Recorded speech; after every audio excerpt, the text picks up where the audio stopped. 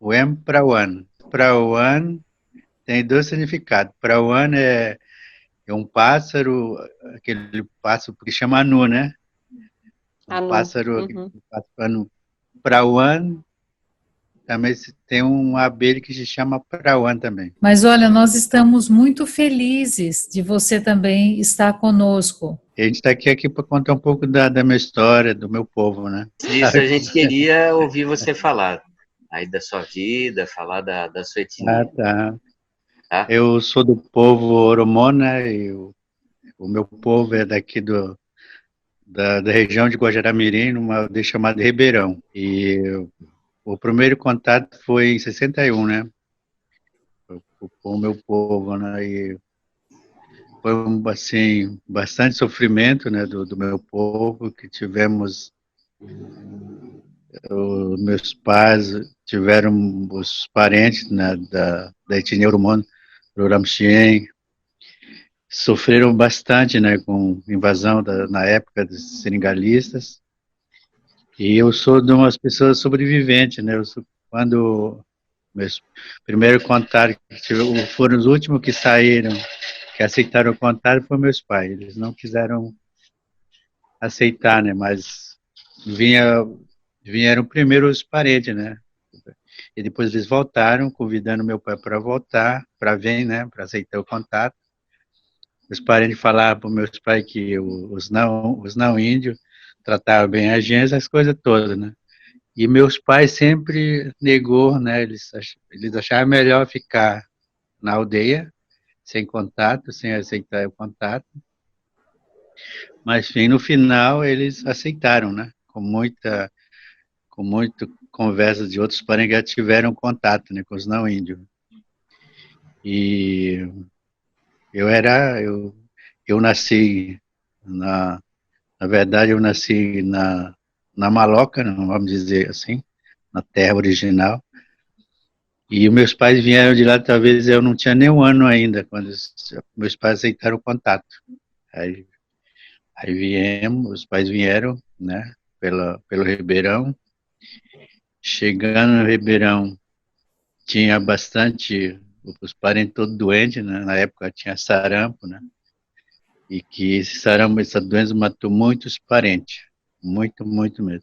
E com a ajuda do Dom Roberto, falecido Dom Roberto, que trabalhou com o meu povo, e o Bendorati, tiveram uma ideia, né, de levar esse povo, os meus pais, junto com os outros parentes, para Sagarana, para tratar os parentes lá uma aldeia chamada Sagarana. Na época não era nem uma aldeia, era a terra da diocese na época, que fica 375 quilômetros do rio Guaporé, Guamamoré, 40 horas de barco. Isso, o pai e o pessoal seguiram de barco, né? Junto com o Dom Roberto.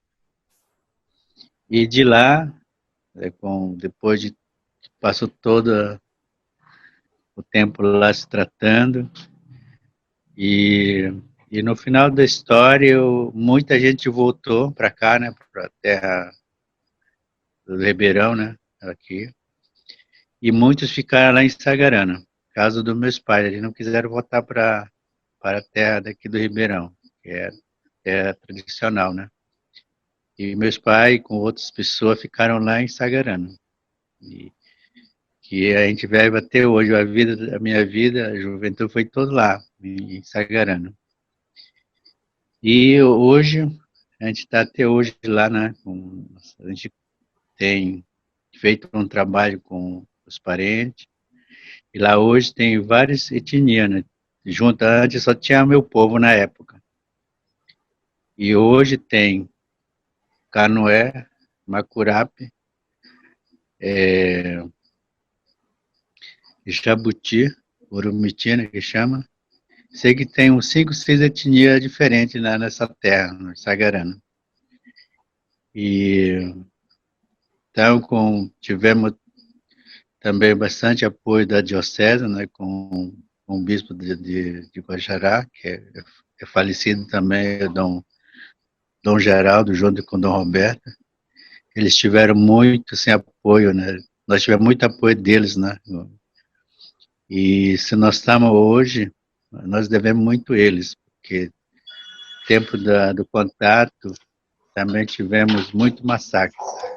Perdemos muitos parentes, né, na época dos seringaristas. E tivemos, como eu disse, nós tivemos bastante apoio desses missionários, né, que Dom Geraldo e Dom Roberto na época, porque se não fosse eles, a gente hoje não teria o meu povo, né?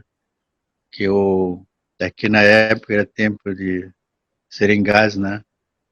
E o meu povo sofreu bastante, sofreu massacre, muita assassinato, muita matança do meu povo, né? E tem uma história assim que a gente não conta bastante, né? Mas às vezes a gente, ouvindo os mais velhos, né?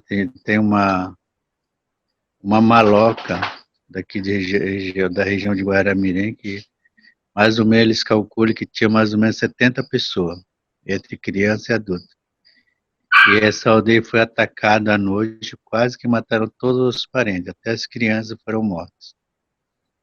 E são histórias assim, muito fortes, né? Assim, que às vezes a gente não gosta muito de lembrar disso, né? Porque são umas histórias assim, eu acho muito pesado, né? E triste, né? Do que ocorreu com o povo Oromô do Uramxien.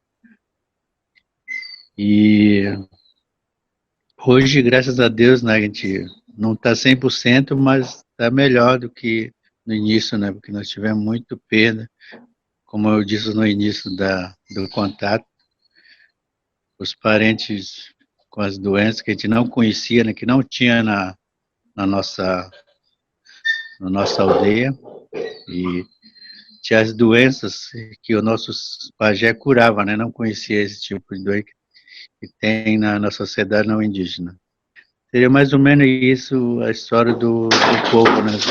Hoje, a gente, os meus pais, hoje meu pai está com 80 anos mais ou menos, 83, 80, e eu fico contente que eu tenho até eles, né, até hoje no momento, né? Apesar da idade, mas e são, a gente sempre diz, né, que meus pais são um livro, uma história viva, né, e às vezes os meus filhos vão para ver, saber um pouco mais da história, eles sempre falam com meus pais, né, os meus filhos, né, e ele conta bastante assim, umas histórias alegres e tristes. São coisas que eles passaram na vida, né, e a gente não passou, mas quando eles falam dessas histórias tristes, a gente sente na pele, né? Porque nós não somos do povo, né? Dessa etnia, né? E seria um pouco isso, um pouco a história do meu povo, né? No início, o meu povo, não existia cacique, né? Cada um cuidava, fazia sua organização, né? Junto com o povo. E hoje, quando o meu povo chegou aqui, aí, hoje, os não índios, principalmente a FUNAI, eles falam, não, hoje vocês precisam do cacique. E lá tem povo que tem cacique desde o seu costume. E do meu povo não tinha cacique. Povo não, mas tem outros povos que tem cacique, tradicional. E o meu povo não. Quem organizava era o povo e convidou, todo mundo concordava, né? E depois que o povo chegou aqui na sociedade, não, e aí começamos a ter cacique, eleger os caciques, né? Então esse cacique é escolhido pela comunidade, ele para representar o povo, né? Hoje a gente tem caciques, né? Assim, tem o vice, tem o atual. Então é um pouco complicado, né? Porque e muitas vezes não é aquilo que a gente bem, às vezes não é aquele que só, às vezes eles fogem um pouco das organizações, vamos dizer assim, né? Mas a gente consegue fazer alguns trabalhos, procura animar, incentivar o povo a fazer a roça, né? A gente trabalha muito na roça aqui, né? A gente planta bastante banana, né? Milho, macaxeira, e hoje, no momento, tem alguns parentes nossos que criam um pouco de gado para sobreviver, né? E tem a colheita de castanha também, né? Castanha, que é muito procurada aqui na nossa região. Depois tem mais resto da produção que a gente produz, que é a farinha e a banana. E a gente trabalha bastante com roça.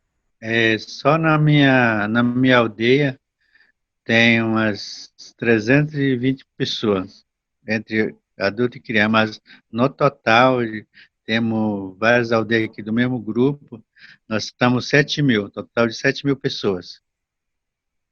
Aí, aí tirando, então, aí tem os parentes também que não é do meu povo, que são Canoé e outros Macuraba. Nós mesmos, o povo Oromone, nós somos 3.000, mas em todos misturados e somos em torno de 7.000 indígenas, toda a região de Guajará-Mirim. E aí fica, porque aqui na região somos, como eu disse, são várias etnias que moram. Tem Ricardo Franco, né, que mora aqui, São Povo, Macurape, Aruá, são vários grupos nessa área chamada Ricardo Franco. Já nós já tivemos pajé, né? Hoje nós, no meu povo, não temos mais pajé. Mas mas tem outros grupos, outras etnias, eles têm pajé, mas do meu grupo já não existe mais pajé. E, e muitos viraram evangélicos. Aí nós perdimos muito também essa questão, né? E a maior parte do povo, dos mais velhos, o povo Ari, viraram evangélicos. O evangelho dominou muito também essa região. Aí nós perdimos muito, né, da questão dos nossos pajé. E a questão da medicina tradicional, a gente continua, né, buscando para que a gente não perda os nossos medicamentos tradicionais, né, que a gente usa bastante. E tem muitos, assim, o nome talvez, não sei mais, muitas plantas, a gente conhece o nome pela língua, né? Em português a gente não sabe muito o nome das plantas, mas na língua a gente conhece bastante, o povo, quer dizer, os mais velhos, né? E a gente não tem pajé, mas cada um conhece as plantas tradicionais. A gente usa bastante. E você vê que essa pandemia que Deus, o meu povo, não vieram para a cidade, eles usaram bastante remédio caseiro. E ajudou bastante. Eu tenho um amigo médico que diz assim, que ele ficou surpreso, porque muita gente, perdimos 4 pessoas nessa pandemia. 4 pessoas. E em quatro outros estados, a gente ficou sabendo, a gente acompanha um pouco, né, que muita gente morreram, né, em outros estados, outros parentes. Aqui nessa nossa região, nós pedimos 4 pessoas. E que esse médico amigo nosso, ele acredita que foi o remédio caseiro que ajudou. Porque eles usaram bastante remédio caseiro.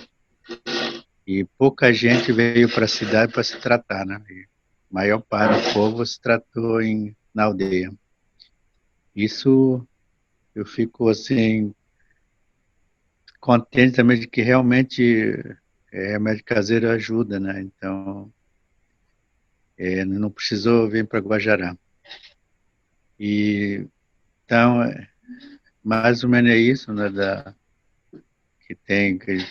Por isso que às vezes a gente está preocupado, né? Com desmatamento, com a queimada, porque dentro da natureza existe muitos remédios, né? É muito rico e às vezes a gente se preocupa, né, com essas queimadas que acontecem no Brasil afora, porque tem algumas aldeias também que queimaram, né, que pegou incêndio, né? Então a gente fica preocupado com manter isso para o futuro, né? Porque, como eu disse, dentro da floresta nós temos muita coisa, medicina, que a gente pode usar, né? A gente, claro, também tipo, a gente tem os médicos não, que conseguem também trabalhar com o povo, mas tem que também continuar com nossos remédios caseiros. Isso ajuda muito. Hoje nossas aldeias é formada em ilhas, né? E fica fazendo ao lado das aldeias, e muitas vezes o próprio fazendeiro queima o pasto. Então isso prejudica, né? Porque hoje, nossa, como eu disse, as aldeias é formada em ilha, estamos cercados de fazenda. E a floresta, para nós, porque é aquela natureza que nunca foi derrubado, né? E que tem lá dentro tem tudo, né? É uma floresta nativa, tudo que você entra numa floresta que nunca foi derrubada, lá você vê a diferença das árvores, muitos animais dentro dessa floresta, e seria isso uma floresta sem a queimada, mata pura, né, vamos dizer assim. Então, hoje a gente vê muito pouco isso, né? Se não, algumas vê onde tem natureza ainda nas áreas indígenas. E se a gente não cuidar também, nós vamos ficar sem a natureza, né? Então, isso preocupa muito. Como eu disse, que com o avanço dessas queimadas, a gente está preocupado, porque a gente não consegue. Tem algumas aldeias que pegaram fogo, e como eu disse no início, né, o clima está tão diferente dos anos atrás, e que a gente não consegue parar o fogo. Ela queima e vai embora, né? Então, isso preocupa bastante, né, aí, quem sofre com isso é os animais, né? E o clima está tão o calor, que, né, cada ano aumenta. Aqui na nossa região, esse ano está muito quente e nós estamos finalizando o mês de outubro, pouca chuva nessa região de Guajará, em Rondônia. Então isso também tem preocupado nossos parentes, porque a gente percebe, né, que cada ano muda. Cada ano parece que a seca está mais forte, mais calor. Então, isso nos deixa bastante preocupado também, que é preocupante. Que hoje nós temos a juventude, né? Hoje estão totalmente, tem mentalidade diferente dos nossos velhos, né? Hoje eles vêm muito para a cidade e às vezes a gente preocupa muito com isso também, né? Porque a juventude hoje tá assim, mudou bastante. E muitos jovens não não querem mais trabalhar na roça, né? Muitas vezes vêm para a cidade e poucos, né, têm trabalhado com a roça, mas a maioria deles eles vêm muito para a cidade para estudar e muitas vezes alguns alguns conseguem, né, estudar, muitos não conseguem, aí volta para a aldeia e muitas vezes volta com a mentalidade diferente leva às vezes com a ideia da cidade para a aldeia. Aí é um pouco complicado, porque aí aparecem os problemas que uns anos que nós não temos, mas isso que vai daqui para as aldeias, né? Os jovens. Então isso a gente tem enfrentado bastante, né? E muitas vezes os nossos velhos, os mais velhos não conseguem controlar essa questão. Aí a gente fica preocupado com isso, né? Para o futuro, como vai ser, né? Mas tem algumas aldeias que começam a trabalhar para ver se consegue ajudar esse jovem. Mas muitas vezes a gente não consegue. É um pouco complicado. O que salva a gente é a língua, né? Mas tem algum grupo de jovens que querem resgatar, né? Principalmente na aldeia, na minha aldeia, temos um jovem que os professores começaram a trabalhar. E isso a gente percebeu assim que eles conseguiram fazer um trabalho muito bom. Hoje, tem algum jovem que começa a interessar no nosso costume, né? Que nem na minha família tem uma filha que trabalhou muito com meu pai, né? E a filha mais velha. Quando ela saiu da aldeia para estudar, ela tinha 14 anos. E ela não sabia dos costumes, dos cantos, né? E quando ela acabou os estudos, ela participou de alguns encontros fora do nosso município. Ela viu alguns parentes de outra etnia, né? E cantando, vendo, ela percebeu que esse pessoal, esses outros parentes de outros municípios, que realmente ela achou muito interessante. Aí ela interessou bastante de trabalhar com meus pais, né? E hoje ela aprendeu os cantos, algumas histórias. Ela trabalha na nossa aldeia como professora. Ela trabalhou muito com os meninos lá da nossa aldeia. E ela conseguiu, né, fazer um trabalho e hoje, algumas vezes, tem algumas festas, alguma apresentação fora da aldeia que, de vez em quando, a gente chama esses grupos, né, para cantar, para fazer, mostrar um pouco a nossa tradição, né, as festas. E mais tem outras aldeias que não conseguem, né, eu não sei se é por causa do evangélico, mas a maioria, ainda o jovem ainda não sei se tem vergonha da sua própria língua, do seu própria história, né? Mas tem alguns lugares que os professores indígenas, os parentes indígenas, começam a trabalhar, né, para resgatar porque é coisa nossa, né? Não pode perder. E a minha filha conseguiu fazer esse trabalho. Eu acredito também se outros parentes, professores, for trabalhar, eu acho que eles conseguem, porque mas o que salva o meu povo é a língua. A gente fala muito na língua, né? Eu tenho 5 filhos, 4 meninas e um menino. Todos eles falam a língua minha. Eu fiz questão de eles aprender, né? De falar. Então eles conseguem falar a minha língua, os 5 filhos. E são 5, né? E todos os 5 têm um nome indígena.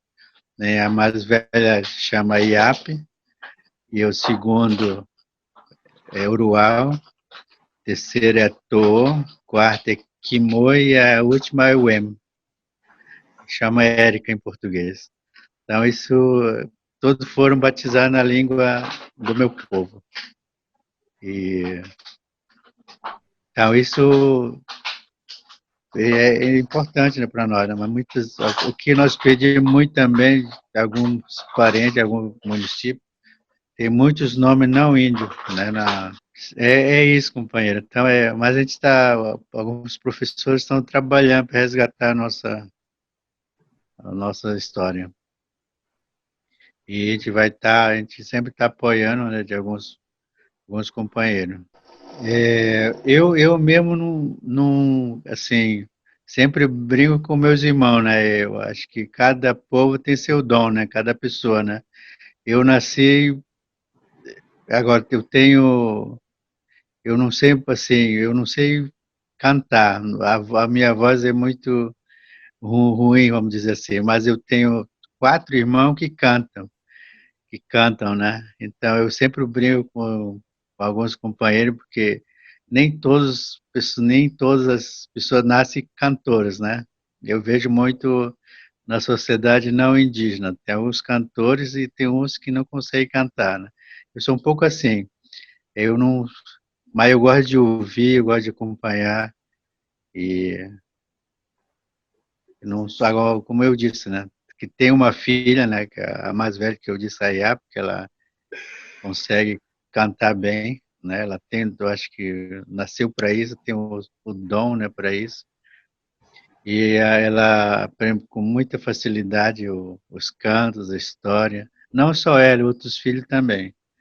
E eu acho que cada pessoa tem o seu dom, né? Eu sou mais assim de trabalhar na roça, mexer com terra, né? Eu tenho muito essa facilidade de trabalhar na terra. Aí, mas eu gosto de acompanhar, né? Ouvir os cantos. Eu gosto bastante. Mas cantar eu não sei cantar. A voz não ajuda.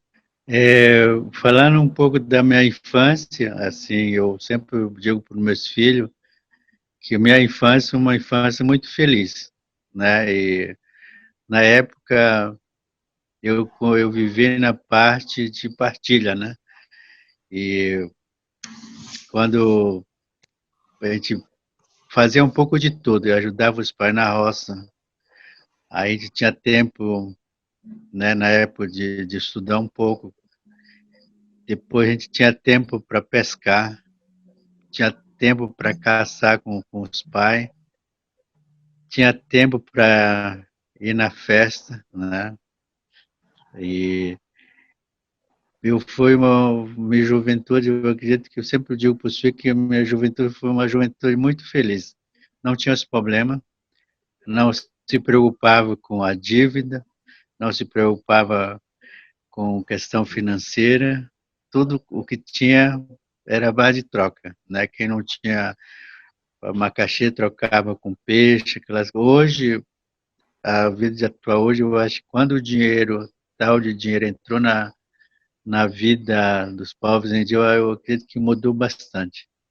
E hoje, tudo que eu fiz na minha juventude, que o jovem de hoje não consegue fazer. Hoje eles vê muita questão financeira, né? Preocupado de ganhar dinheiro, preocupado de comprar coisas materiais, né? E que na minha época eu não me preocupava, o jovem da minha época, ninguém se preocupava com questão financeira. Eu acredito que, claro, não quero dizer que os jovens de hoje não são felizes, mas vendo a minha juventude, eu acho que eu fui uma pessoa feliz, sabe, porque não existia esse tal de dinheiro no meio de nós. Era tanto jovem e os nossos mais velhos vivia de troca, né? Vamos dizer assim. Quem tinha peixe trocava com a macaxeira, quem tinha quem tinha carne ou trocava com milho, ou banana, essas coisas assim. Hoje a gente não vê muito isso, eles vão muito na questão de dinheiro, comprar, vender para o parente, né? Isso aqui na nossa região existe muito.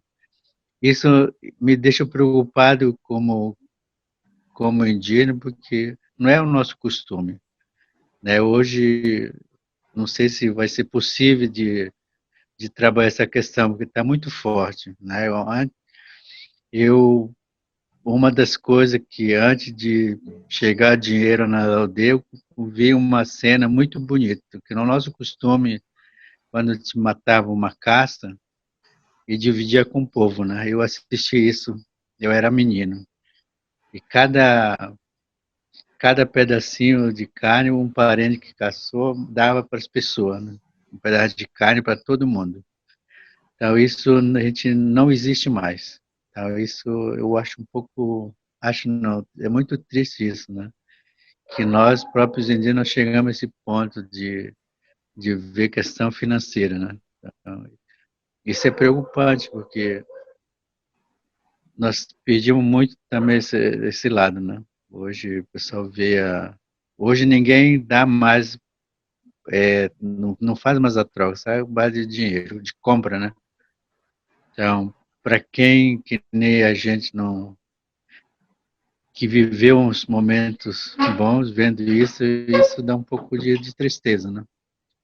Então, temos que trabalhar bastante essa questão também, né, que é preocupante. Educação na escola na aldeia vem aquela questão, né, que os próprios professores muitas vezes não conseguem transmitir aquilo que era para transmitir para os nossos alunos. Aí, muitas vezes, os próprios professores têm aqui na minha região, principalmente na minha região, tem alguns pais que têm dificuldade, né, na questão da educação.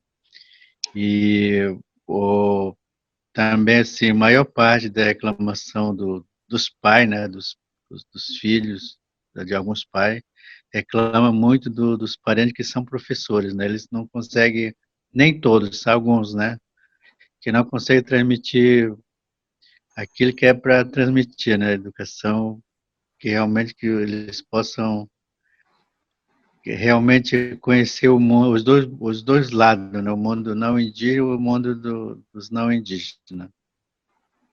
Então isso é um pouco difícil assim para nós, porque eu vejo assim que tem muitos também, alguns professores que conseguem, eles estão tentando resgatar a nossa cultura, né? Que também alguns trabalham na questão da língua, uns até conseguem, né? Mas a maioria de alguns professores, né, eles não conseguem muito assim, de repassar aquilo que era para que alguns parentes, alguns meninos não conseguem ler, né, escrever. Tem crianças de 5, 6 anos que eles não conseguem, por causa os parentes acham que é por causa dos professores, né, de alguns professores indígenas. E aí isso nos preocupa muito também. Essas 4 pessoas que você falou que morreram lá na aldeia, vocês conseguiram fazer ritual para enterrá-las ou não? Não, porque tem toda a regra de que não é nossa, né? Esses 4 parentes são 2 da aldeia e 2 do povo da cidade, que morreu, os parentes que moram na cidade, que morreu um migueleno, não, um Puruburá e Sacarabiara. E morreu 2 na aldeia daqui subindo no Rio Guaporé. A gente não conseguiu fazer ritual, porque a empresa, a própria Casai, não deixou, vamos dizer, não permitia que nós fizéssemos ritual, né? Porque é uma doença que é muito perigosa, ela transmitia, essas coisas assim. Então, a gente não conseguiu fazer ritual. E o que deixou o que nós deixou bastante triste, porque essas 4 pessoas que faleceram, o corpo não foi para a aldeia deles, né? Ficaram numa aldeia perto aqui da área terrestre. Isso foi muito difícil para os familiares, né? Então, as 4 pessoas são enterradas numa aldeia diferente. Então, isso é um pouco difícil principalmente para a família, né? E para nós, como indígenas, também a gente sentiu muito isso, porque nós, no nosso costume, sempre tivemos nosso ritual, né? De estar com o nosso falecido, né? Tem todo o processo, e essas pessoas que morreram, a gente não conseguiu, os pais não conseguiram fazer ritual. Eles são enterrados em outra área diferente. Longe, a primeira pessoa que faleceu da aldeia dá umas 3, 6, 7 horas de viagem de barco. Então, para a família foi muito difícil, muito difícil. E eu espero que não repita, né? Porque a gente quer, os anos convivendo com o povo, sempre tivemos nosso ritual com nossos falecidos, né? Eu vejo que eu acho que é a primeira vez que nossos parentes são enterrados longe da própria aldeia deles, né? Eu acho que é a primeira vez na história do povo. E é triste, né? Eu não só com nós, mas também aconteceu muito com os não índios, né? Não consegui nem ver lá seu parente querido, amigo, né? E com nós aconteceu também isso. E é triste. Para o povo Oromon, o que acontece depois que a pessoa morre?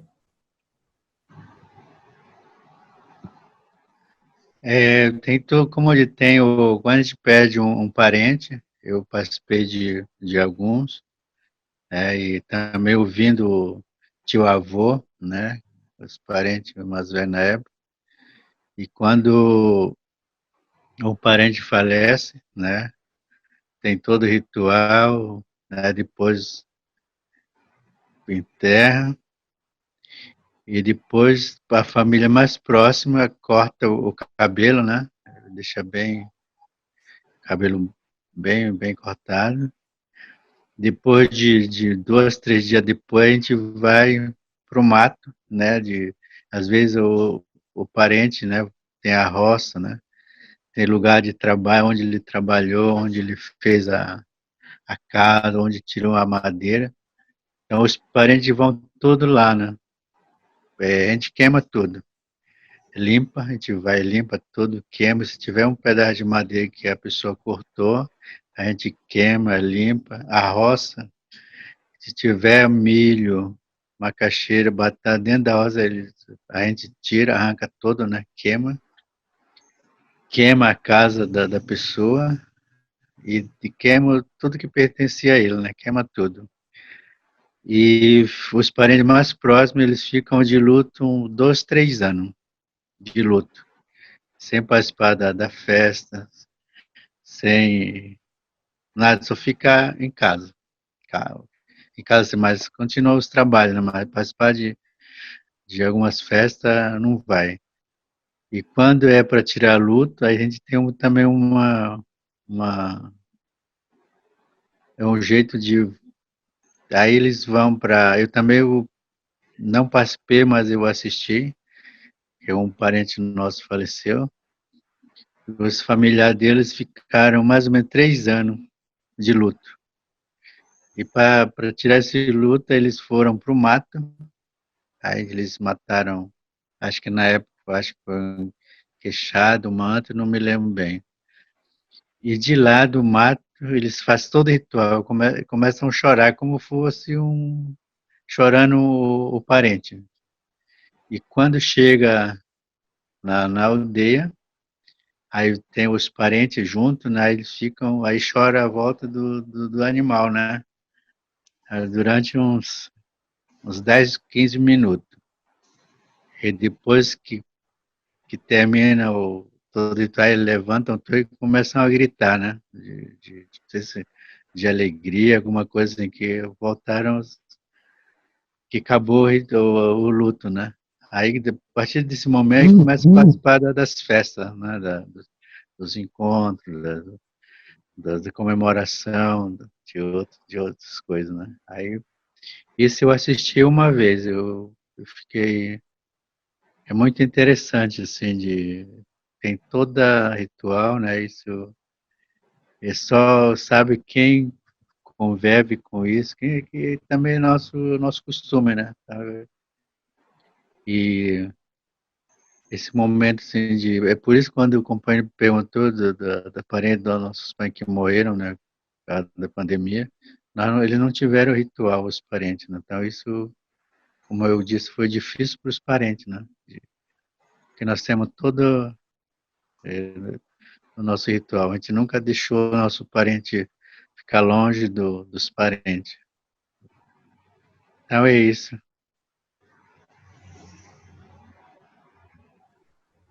Durante esse tempo de luto, né, que de 2, 3 anos, eu não sei se você consegue, né, me dizer isso, mas o que que acontece, né? A pessoa, ela não participa das festas, é, ela fica mais quieta, é isso? É isso, é? Ela fica mais quieta? É isso. Ah, a respeito o falecido, né? Assim, enquanto tiver com meus pacientes, enquanto você tiver com aquela saudade, bem for lembrando do parente, porque tem um momento que a gente nunca esquece do parente falecido, né? Até você vê, faz quase 36 anos meu avô faleceu e até hoje a minha mãe chora, porque ela não fez o ritual daquele de tirar o luto, né? Ela não fez. Então até hoje, se falar do meu avô, minha mãe chora, até hoje. Porque ela não quis, né, de fazer o ritual para tirar o luto. Então é difícil.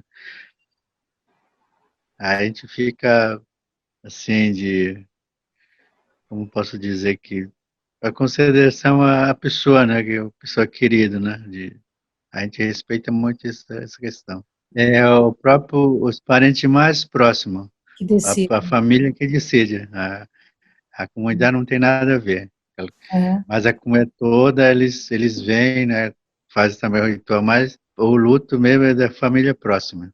hum, Filho, pai, neto, né, mas a comunidade não é. tem nada a ver, só a família próxima.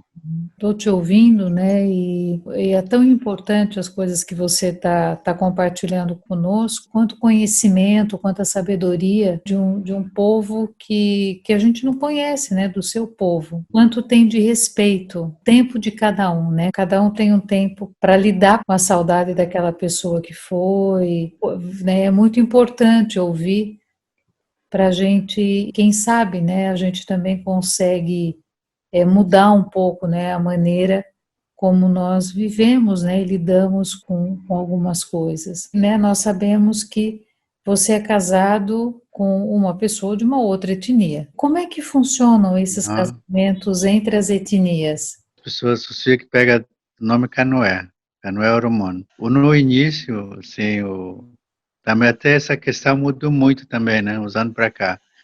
Mas antes, no início, tinha que casar com o próprio povo, né?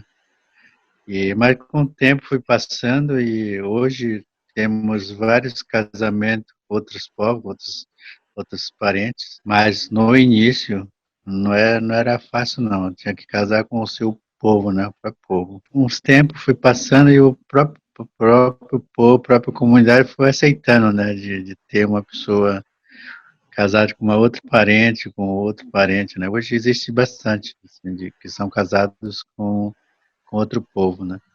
Aqui na nossa região de Guaramirim são vários, temos até Chavante, que é casado com umas meninas daqui. Chavante lá de Mato Grosso. Já existe já grande mistura, né, de etnia diferentes. Mas no início, como eu disse, não foi fácil, né? Principalmente para os mais velhos, né? Mas depois também tem que ter um pouco de mudança, eu acho, dos casamentos, né? A maior parte do meu povo oromone são os parentes, né? No nosso costume, a gente nunca casa com uma parente próxima. Vamos dizer assim, se eu casar com uma prima minha, para o nosso povo é proibido, é pecado de casar com uma prima, né? Tem que ser uma pessoa bem distante, é ser parente. O que você gostaria de falar para o não indígena? Que temos muitos amigos, hoje eu vejo assim que temos nossos aliados, temos aquelas pessoas que pensam que são contra a população indígena, anti-indígena, vamos dizer assim, né? Os nossos aliados tinham assim, um recado, né, de que essa aliança te multiplica para tentar salvar não só a população indígena, e salvar a natureza que corre risco de, né, como eu disse, essas invasão, né, de garimpo, de madeireira e tantas outras coisas que atingem nossas terras. Que os nossos aliados estejam junto com nós nessa caminhada.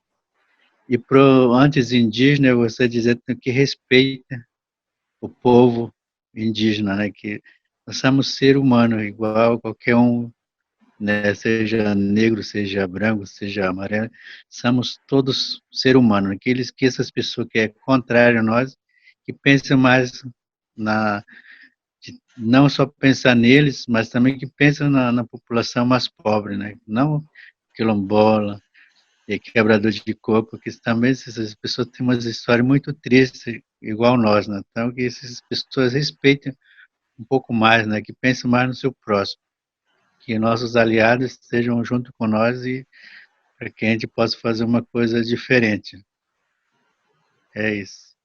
Às vezes eu fico nervoso porque são tantas coisas, né? Quando eu lembro das questões nossas, me dá um pouco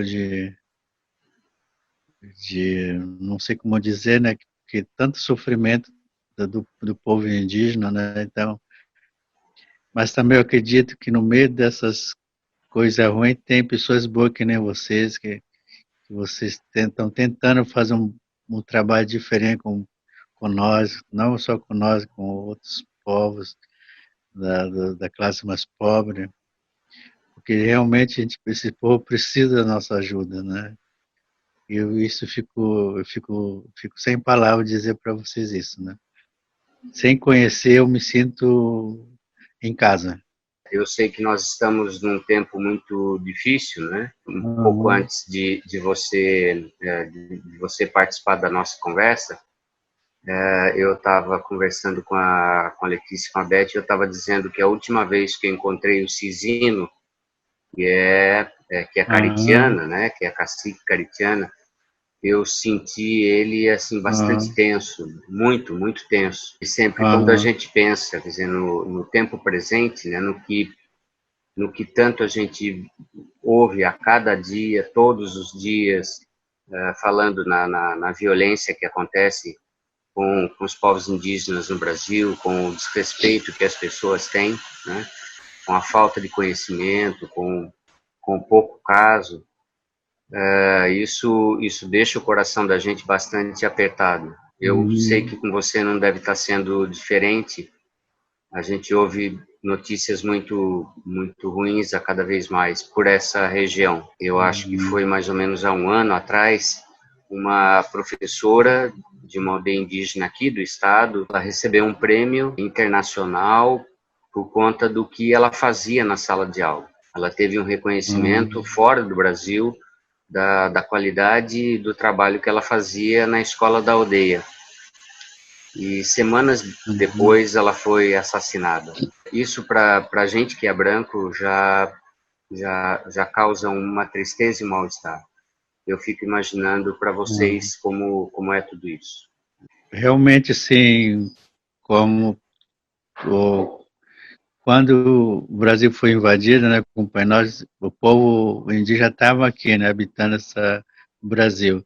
O que o deixa bastante triste, como indígena, é a questão das invasões das terras, que hoje a gente percebe que 2 anos para cá aumentou muito a invasão das terras, a ameaça de morte, assassinato de lideranças. Eu tenho acompanhado a caminhada dos Guarani, né, e um povo muito sofrido. Então, isso preocupa bastante como indígena, por isso quando eu digo que com toda violência, com toda a maldade dos grandes empresários de agronegócio, mas no meio de tudo isso tem pessoas boas, que nem vocês, e milhões e milhares de pessoas bons, né, que tenta fazer um trabalho diferente com os povos indígenas, com os ribeirinhos, com os negros, né, isso.